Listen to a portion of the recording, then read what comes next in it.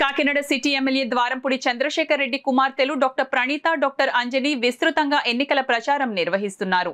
Doctor Praneetha 35వ డివిజన్లోని మున్సబ్ వీధి, దంటువారి వీధి, దూసలపూడివారి వీధి, నూకాలమ్మ అమ్మవారి ఆలయ ప్రాంతాల్లో ఇంటింటా ప్రచారం చేశారు. ఇంటింటికి వెళ్లి 5 ఏళ్లలో తన తండ్రి ఎమ్మెల్యే ద్వారంపూడి చంద్రశేఖర్ రెడ్డి కాకినాడ నగరంలో చేపట్టిన అభివృద్ధి పనులను ప్రజలకు వివరిస్తూ తన తండ్రి ద్వారంపూడి చంద్రశేఖర్ రెడ్డిని గెలిపించాలని ఆమె ప్రజల నుండి ఓటు అభ్యర్థించారు.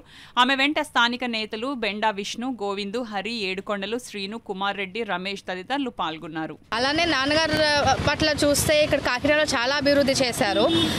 శానిటేషన్ పరంగా ఏంటి, రోడ్స్ పరంగా ఏంటి, మేము అసలు హైదరాబాద్లో ఉన్న వాళ్ళం మేము ఎవ్రీ 2 months వచ్చి వచ్చినా ఇక్కడ చాలా డెవలప్మెంట్ కనిపిస్తుంది.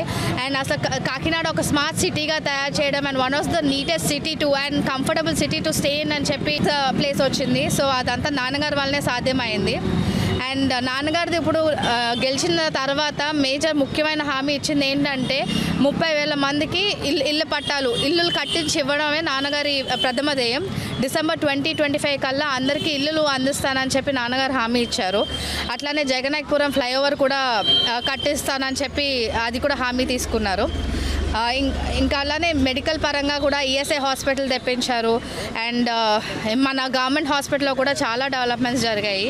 సో నేను ప్రజలందరినీ కోరుకుంటుంది ఒక్కటే, మీకు అభివృద్ధి కావాలి అంటే మళ్ళీ ద్వారంపూడిగా రావాలి. సో అందరూ నాన్నగారిని గెలిపించాలి, ఫ్యాన్ గుర్తుకే ఓటేసి నాన్నగారిని గెలిపించాలని కోరుతున్నాను.